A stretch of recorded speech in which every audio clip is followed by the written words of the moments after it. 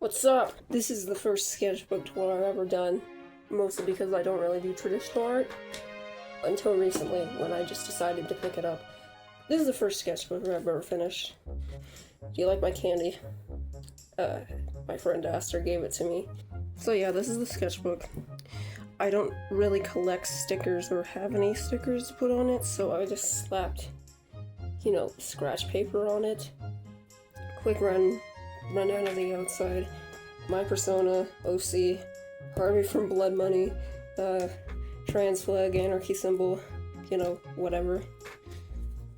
And then the back of this, this is my OC mic for Deltarune. This is the title of one of my new projects.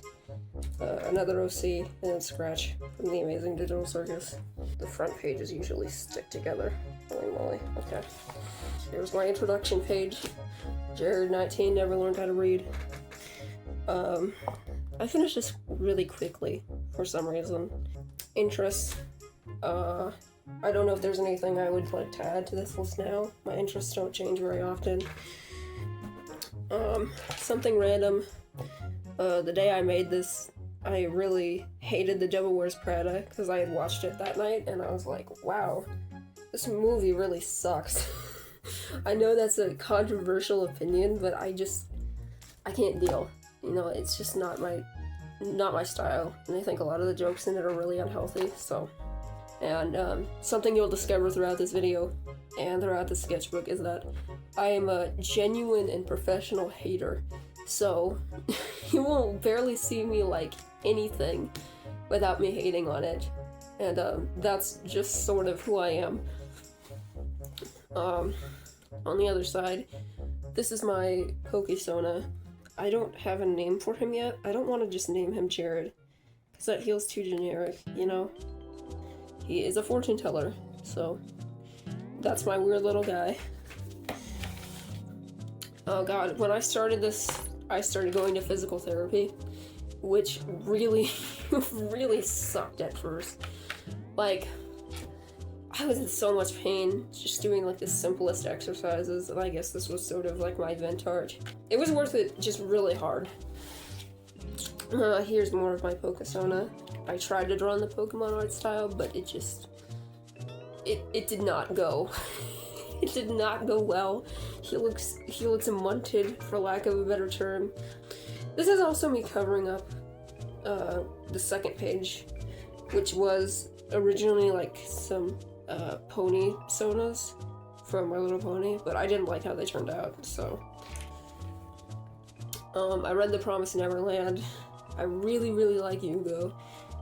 I guess that's spoilers since they don't really name him for like the first, 3 volumes that he appears. Would I recommend it? Sure. I mean, the ending is just, ugh. But compared to some other series, The Amazing Digital Circus, I think the ending of The Promised Neverland really wasn't all too bad. This is more OC stuff. This is for my next project, actxx Inc. Oh yes, Steven Universe. Pink is one of my favorite characters of all time. Just the way she's written is so brilliant. I don't think there will ever be a better twist in any piece of media that I've ever seen. And then on the other page here, you have Rose, good old Rose. I guess this is spoilers if you haven't watched Steven Universe. But you should. By now you should have. It's a brilliant, brilliant show. These were art studies from Pinterest. I don't love Pinterest because there's so much like AI bullshit on Pinterest, and it's hard to wade through that and get to like the actual real photos on there, and sometimes you can never tell. I hate that AI is becoming harder and harder to identify, just because of things like this. I want to use actual real-life people for my references, but I can never tell. This was a art style study of Persona 3, which I played, and I thought it was really mediocre, to be honest. Not a huge fan of that game. I think the themes are kind of messy and all over the place, and the character development is very far in between. But I wanted to draw the main trio in the Persona art style, just because I really think the art style is cool, despite my reservations about the actual game and the gameplay. Man, fuck Tartarus. I hated going through Tartarus. Like, at some point I just put on autoplay and said, fuck that noise, you know? This is also meant to be sort of the Persona 3 art style. I think I sort of slipped out more into, like, the way I usually draw here, but, you know, again, I do like the more mature version of it. More Persona 3 stuff. I sort of just wanted to draw the characters, and, that's all I can say about that. You know, I think Junpei is my favorite character from Persona 3. The only problem is he's really weird towards women, and I'm not a fan of that, to be perfectly honest with you. This is Phosphophylite from Land of the Lustrous. I would say it's like a relatively obscure manga. There is an anime for it, which I highly recommend, but it's only, you know, the first couple of volumes. Actually, the first time I read Land of the Lustrous, I really didn't like the ending. I didn't like the direction of the story, but for whatever reason, I can't remember my criticisms with it, you know? And so when I reread it, which was when I made all of these drawings, I actually ended up liking it a lot more because my expectations were much, much lower. And oh my god, this is Harvey from Blood Money. This game, man. But I find it hilarious because the premise is just, you're beating the shit out of some random guy, you know? For whatever reason, that appealed to me, and I like his character design, so I don't take this game seriously. I don't think anybody should. I was super into Blood Money for like a week, and I have no idea why. Here's more Harvey from Blood Money. Warm outside in it. It's only gotten hotter since. It's like 80 degrees outside today. This is more Harvey. I have no idea what to say to justify my interest in this man. He is just so pastel and colorful, and I think that appealed to me in the sense of, like, an artistic sense, you know? This was done with, I think, like, mostly acrylic markers, if not entirely. These are my, My Little Pony human designs, because, you know, the Equestria Girl designs aren't ideal. You have, these humans with, actual rainbow skin, which doesn't make a whole lot of sense. It's a project I started a while ago, but I don't think I was skilled enough to pull off. Out of this page, Rarity is definitely my favorite, and this is the second page, which honestly I love Pinky's design here. So, everybody here ideally is adults, because I don't understand why they set Equestria girls in a high school. Just does not make sense to me. This is, not a Blood Money OC, but my OC named Elliot, who is a Can Your Pet OC, if anybody remembers that game. Probably like 2 of you know that game and are like, oh yeah, I remember that. Wait, you have OCs for it? Yes. Yes, I do. It's hard to describe their relationship without getting super into the lore. This is not a lore video, so let's not go too into that, but, you know, I think they're cute, but this is the only thing I drew of them. And this is, sort of like an experiment with these Post-its. I don't have any glue, I just have tape, so I taped them on, and you can sort of see, like the tape marks, can you? I don't know. It's much more noticeable in person, probably. This is more Elliot. This was like, you know those people on YouTube who, like, make entire sketchbook pages out of cutouts, and like, you know, they'll cut out the bangs and the hair and the clothing or whatever. That's what I tried to do here, but it's not it's not working out. You can see all the tape marks. This is 5. Now you might recognize 5 as a Don't Hug Me, I'm Scared OC. Particularly like my humanization of Monster Can from with the death of that fandom. I really wanted to make something else out of this OC, especially since Monster Can is not very popular. So I started another project based on my Don't Hug Me theory, called Deus Ex Machina, and I think the premise is sort of like the Amazing Digital Circus combined with, you know, Don't Hug Me, I'm Scared and other such inspirations, where 5, along with other characters, actually I should turn the page and show everybody, because there's more concept art for Deus Ex. These are the other characters. They're all named after numbers, as you can see. They don't have actual names, because they are virtual people given awareness. DDLC, that's what I wanted to say. It's sort of like the Amazing Digital Circus and DDLC. And this is more Deus Ex stuff. I did this with Crayola markers, like Crayola Supertips. I would highly recommend them, because they're actually really good. I think if I didn't tell anybody that I use Crayola markers for this, you wouldn't be able to tell. This is Scratch from the Amazing Digital Circus. You'll see a lot of him.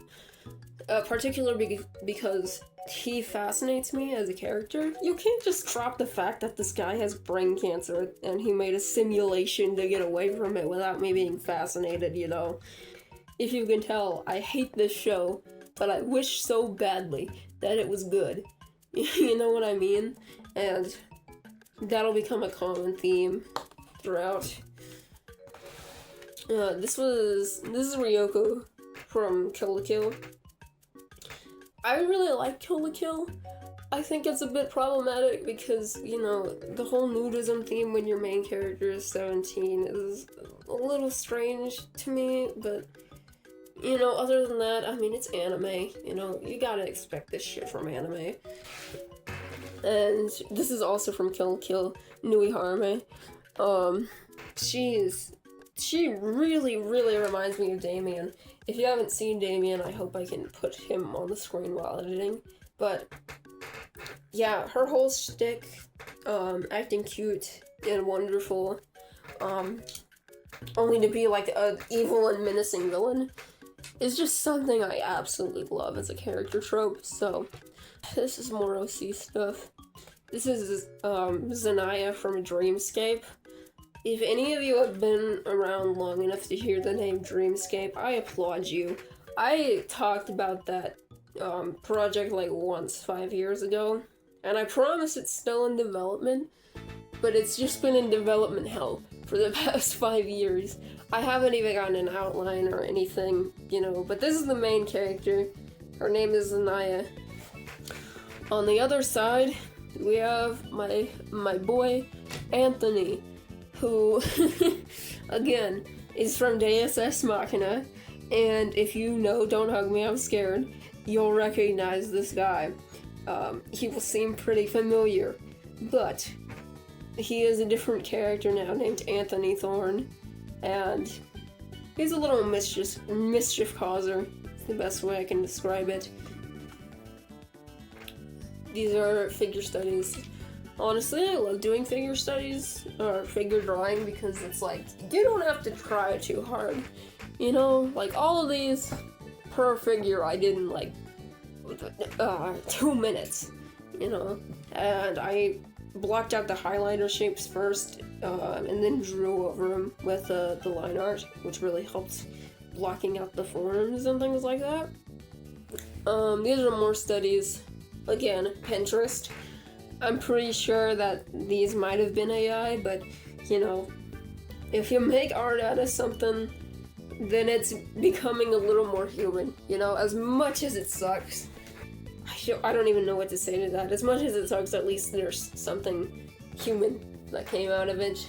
and I haven't found any better alternatives to Pinterest.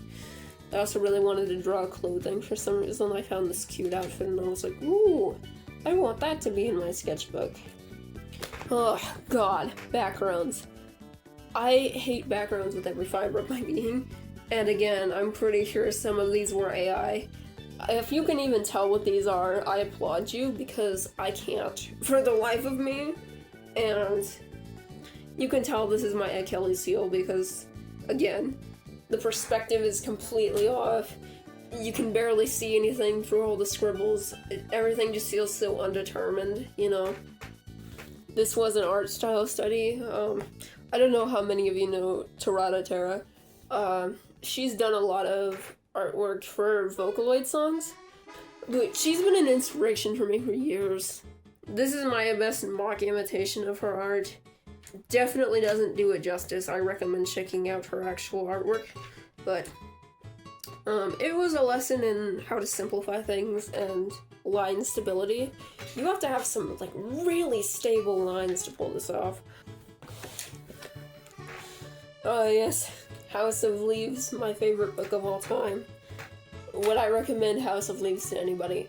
No, absolutely not.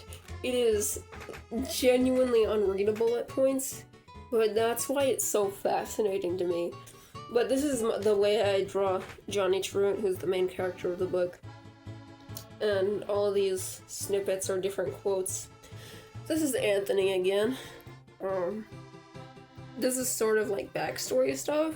I don't think I want to explain that right now, just in case Deus Ex becomes an actual project and then people go back to this video and are like, ooh, I can look at these spoilers.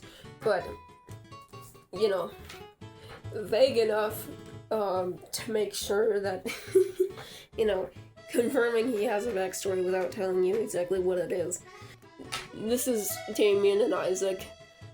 No comments. Here's Michael. Michael from, Deltarune. Why did that take forever for me to say? Yeah, this is my OC. Technically, or an AU, or whatever. You know how, like, in Deltarune, they're like, oh, who's Mike? Yeah, there was a Mike that was here originally, but we don't know where he is now. We don't know who he is. Well, this was the original Mike. I do have an animatic about his story and backstory that totally flopped, and I'm sad about that because he means so much as a character to me. More OC stuff. Hooray! This is the next project after TaxInc. I still don't know if I'm gonna keep the title of it, so I'll just say it's an unnamed project for now. But these are the 5 main characters of it. Again, this is another OC thing. These are sketches of Lucian, who is a main character. You see him right over here. I don't have much to say about these. I think I just wanted to doodle him and, you know, draw. Overall, he has like a sort of card theme. These are his 2 sisters. I was running out of room and I drew them. And these are for my Amazing Digital Circus rewrite. Because I'm making one of those. I hate this show, man. I hate this show so much. I also didn't like the names. So this is like in the rewrite after they find out their real names and personalities and things like that. Spoilers, I guess. These are all my human designs for the cast. Something that really, really bothers me about Kinger, and sorry that he has brown eyes. For some reason I forgot he has blue eyes, but something that really bothers me is, 1, he has brown hair outside the game. Why? What? But he doesn't look his age at all. He looks like he's like 25 in the finale. Like, what's going on here? Why did they hire somebody so young to play him when he's like in his 40s? Late 40s. It was just unbelievable. I thought I was looking at a college student. Zooble too. Zooble needs like tattoos of some kind. I don't know what I was doing here, but give them tattoos. Come on, y'all. These are more human designs, mostly like rewrite adjacent. I have names for all of them. Let's see if I can remember off the top of my head. Audrey, Flynn, Michaela, Raphael, and Destiny. I kept her canon name. Oh, and of course Mike. These other characters over here. The other abstractions, you got Ribbit, Kaufmo. And I had to make up some names. Fluffball, Droopy, Shelly, and Grinchilda. I really like the idea that these two were friends and just sort of went to the abandoned building as like, well, let's party, let's drink beer in this spooky abandoned place that nobody's been to in 20 years. This is more Scratch stuff. You can look at all these text boxes. I'm not gonna read them out, but because my throat is starting to hurt from all this yapping, but I really like Scratch and Kinger as like a pairing. And over here you can see more Scratch and Kinger stuff. For me personally, this is my OTP. This is what I think they were doing before Queenie. They were roommates in college, and both of them were kind of experimenting with new things. So I guess by the time the circus happens, both of them are exes, but they're on good terms with each other. They like each other. More stuff. Because I'm giving the devs more content. This was like episode 8, but they get tortured by Kane instead of the main party members. So this is just a lineup of everybody again. Yet again, more Scratch art. I think he's really, really good at conjuring because in the series you hear about how imaginative and abstract Scratch was, so I think he can just sort of, you know, make up these ideas and have them suddenly become real. I didn't even remember the Dobby dog until I saw it on the wiki, and I think it's really funny how that was just right in our faces. More Scratch. There's just a ton of Scratch in this, and it's getting hard to say anything about it. I think, he would have a lot of emo clothes in his, human life. I think this would be his form during the epilogue, because something that I want for the rewrite epilogue is for everybody to sort of change their avatars to their own desire. So, this is what he desires for himself. He's still a dog, but he is more emo. He's noticeably more, you know, punk rock. This was the first time I ever drew Kane, and it turned out fine, I think. I think I should have added, like, the roof of his, bottom of his mouth, you know, like, on the inside here, but it's fine. It turned out okay. And, I think, like, on a bad day, Scratch would really like more of the stupid sauce. I think Ribbit and Scratch would be good friends because they're the two people who curse in the circus a lot. These are, more cutouts. I played Life is Strange recently and I thought it was an absolute masterpiece. I understand why people don't like the game and the gameplay, and, like, I get the criticism of, oh, your choices don't actually matter, but for me, I think they don't make media like this anymore. They don't make games like this anymore, and, it was the first thing in a really, really long time that I felt was just wonderfully written, so emotional, so impactful. I love Chloe as a character. This is Max. I don't like Max as much as I like Chloe, but she's a cool character.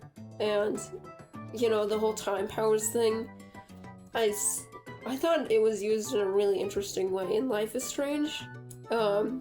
Especially when you're trying to save Kate Marsh and, like, you can't reverse time. It's like, oh shit, you know?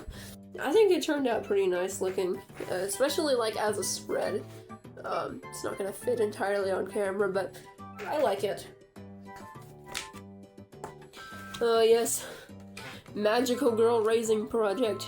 The anime that was made in 2016 that nobody remembers and everybody hails as a Madoka Magica clone.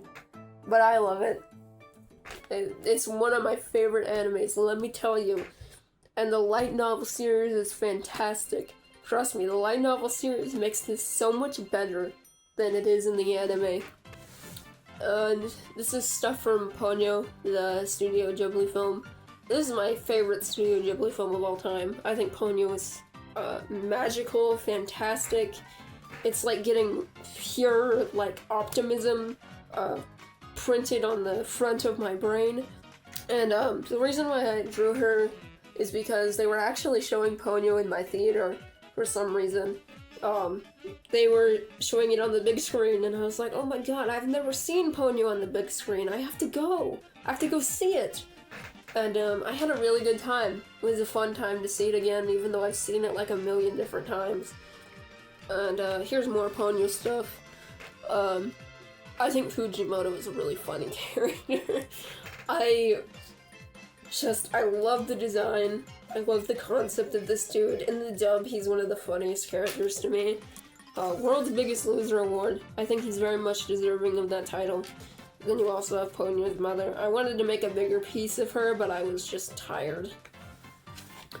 This is more Deus Ex Machina stuff. You might recognize Ethan as sort of like similar to the player character from the Quiznos game, which is intentional. He's meant to be similar, but not the same. This is more Magical Girl Raising Project stuff. You'll see a lot more of these spreads going forward, because with each light novel, I wanted to draw my favorite character from each one. So, in Magical Girl Raising Project 1, unmarked, also the anime adaptation, I picked Ruler because, I don't know, Ruler has always appealed to me. Just design-wise, personality-wise, backstory-wise. She's so arrogant. Then we have Magical Daisy, the first one to die in Magical Girl Raising Project Restart. Spoilers, I suppose, for anybody who hasn't read the light novels yet, but they're so obscure I don't think anybody will. I just really like the idea of like the traditional anime-esque magical girl being forced to play in these like killing game style things. And then this is more Magical Girl Raising Project. And this is Captain Grace and Funny Trick from Limited. I couldn't pick a favorite from Limited. I felt sort of neutral about everybody, but also I felt like there were so many standout moments for everybody. Over here, we have more characters from Limited. Hooray! These I think were my favorite designs, and like favorite abilities. Sonia Bean is like so intimidating. I love her. I wish she got more time in the spotlight. You don't pronounce this 7753 for people who haven't read the light novels. It's actually Nanako-san. And this is her. This is her design. Really love the heart motif and the uniform and everything about it. It's just so good. And this is more of my Persona or Sona stuff. He's a loser. Total and complete loser, just like me. Looks more like me too, because I do wear glasses. I'm wearing them right now. You guys want to take a look? But yeah, she's from another unreleased project. How many unreleased projects are there? The only thing I can say about her right now is her name is Thelma. She is from a project that takes place in like the 1930s and is an editor-in-chief for a newspaper. This is Noelle from Unaltered, a rewrite project of mine. I don't know how to explain Unaltered in a way that'll, make sense in 3 minutes. Just know that it's sort of like a rewrite of Deltarune because, spoiler alert, and really hot take, I guess, and shocking news because I made that 10 animatic with 200,000 views. I don't like Deltarune. I'm sorry, I'm not a fan of the way Deltarune is written, which makes me so sad because it can be so much more. I love the concept of Deltarune.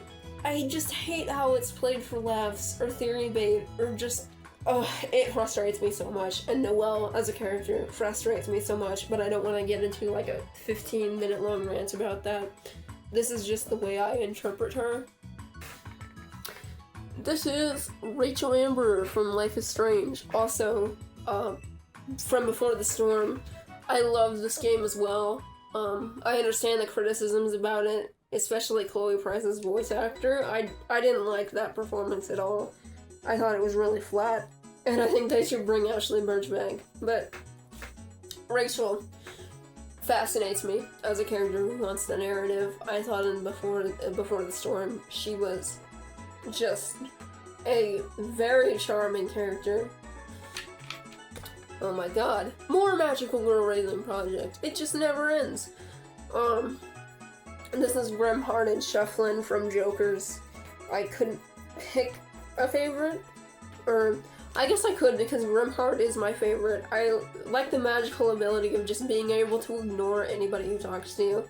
And, like, not communicating with them, not hearing them. Them not being able to decipher anything you say, etc. This was from Magical Girl Raising Project Queens and Aces. This is Sorami. I'm not super partial to her as a character, but I love this design. I'm just so in love with the colors and the outfit. You know, I don't know if I had any actual favorites from Aces of Queens. I like Puck Puck, and I like Bluebell Candy, but Sorami just has the best design to me. Just the entire page had to be dedicated to her. More Mike Deltarune yet again. And this is just, you know, this was made the day before Chapter 5 came out. And I was like, they better not introduce Mike. They better not introduce this guy the second I made my own OC out of him. So I'm glad Mike didn't show up, honestly, or like whoever OG Mike is, if that even exists in the canon game. But I drew this to cope with the possibility that there might be an actual Mike in Chapter 5. And there wasn't, because Chapter 5 is lame. Chapter 5 gave us nothing. But that's a discussion for another time. These are more figure studies. I'm not sure what to say about these. I have no idea what I was trying to do here. I can't even tell what that is. This is December Holiday, also from Unaltered. Without going into too much of a lore dump, in Unaltered, Des, Asriel, and Chris all have been in Dark Worlds in and out since they were kids. And so, this whole shtick is meant to look like the knight.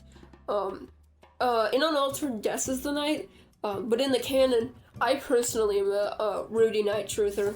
I think after Chapter 5, the evidence is too profound, but I do think Death Knight is cool, so, you know, it could go either way. This is Mike and the Mike Trio. I used to hate the Mike Trio. I was so mad about it when they came out, because, you know, I was waiting for Mike to be revealed or explained in Chapters 3 and 4, and then it never happened, and the only thing we got about Mike was this, like, fucking joke. But under the context of, like, original Mike, my version of Mike, I think I really, really love the Mike Trio now. And, this is Tenna and the Mike Trio, because the real Mike, of course, abandoned Tenna. And I think once he finds that information out, it's gonna be really hard for him, really devastating.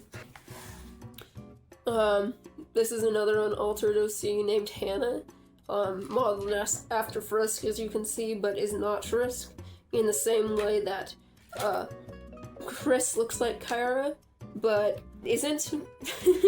So, I didn't like Mad Mew Mew as a boss at all. I think Mad Mew Mew is a terrible trans allegory coming from a trans person, but that's another discussion for another time. Either way, this is who's replacing Mad Mew Mew as a boss in Unaltered. These are, Mikus from, the Voltage Miku project. If you don't know what that is, it was sort of like a Pokemon Hatsune Miku crossover. There were some designs I liked and some I really didn't. And I really wanted to make a project where it's like, I would, redesign them or draw what I think they would look like, but I never got around to it until now.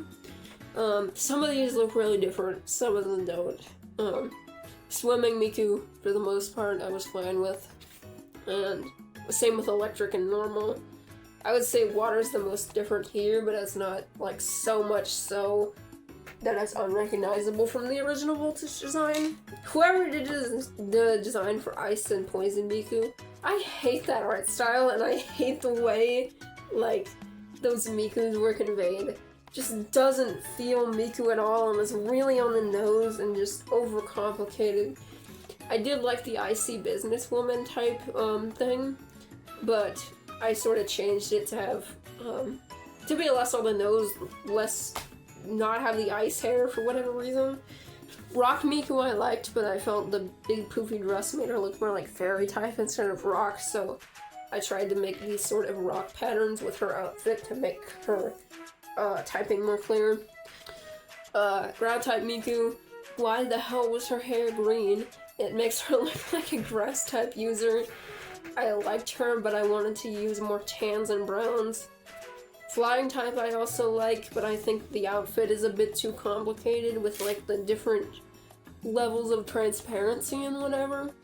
And Fairy Miku I actually liked, but I also, like, I was split. I also like the idea of like a sort of pop star type Fairy Miku. Now we have our final lineup of Mikus. Poison Miku, who is probably the most different design here.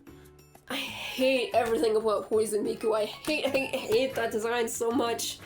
I hate the goop hair, I hate the massive jacket, I hate the weird shoes and the scientist aesthetic. It's just so bad.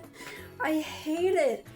So I made her more of like a punk rocker type who probably does graffiti and has brightly colored hair and all this other stuff. Steel Miku's nice. I just sort of made like preference changes to her design. Fighting Miku I felt was not dressed very well for fighting.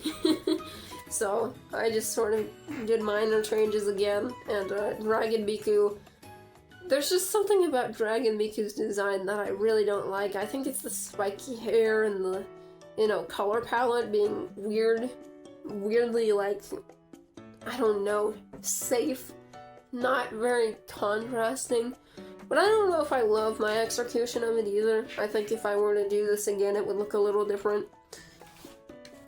This is my design of Flowery from Chapter 5, who I really don't like, but in Unaltered he's a better character because he actually has motivations and character themes instead of being an annoying joke and nothing else.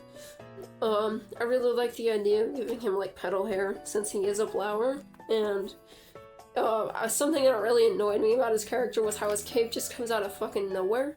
Like, how does he just summon it in the middle of the fight and then it disappears again? That really annoyed me. So instead I made it like a long jacket sort of thing. These are the flowers, or my interpretation of the flowers, also from Chapter 5. Again, petal hair. Most important thing thematically to me, because in the game they don't look very flowery. Flowery name drop, unintended. But you know, I sort of did the best I could. I changed Aqua's bow to gold because I don't like the red, and I don't know where the red is coming from in her design. So it's yellow to match sort of like the inside of the flowers. And these are the 6 annoying human souls from Undertale. If anybody remembers that game, you guys remember that game? Chapter 5 wants you to remember that game. But I tried to pick all the names like based on their soul traits, other than, you know, Seth and Clover. Clover from Undertale Yellow. I'm actually not a huge Undertale Yellow fan, but I think it did too much for the fan base to not name Yellow Clover, so it's a very impressive fan project, and I support that wholeheartedly, even if it's not my thing. And that's it. This is the back of the sketchbook, where I tried to just fit all my OCs in one page. The most relevant ones: Anaya, 5, Marcus, and Jared. My OC versus, you know, my Sona. Two different flavors of Jared over here, and Mike in the corner. So that's all for now. I hope you enjoyed this incredibly self-indulgent hater sketchbook video. please let me know if you want me to do more of these, because I had a lot of fun filling this out, and I am working on a second sketchbook now. So whenever I finish this, if this video gets like 2 views, I'll make another one because it was really fun. So thanks everybody for watching this. Really appreciate it, and have a good summer. Goodbye.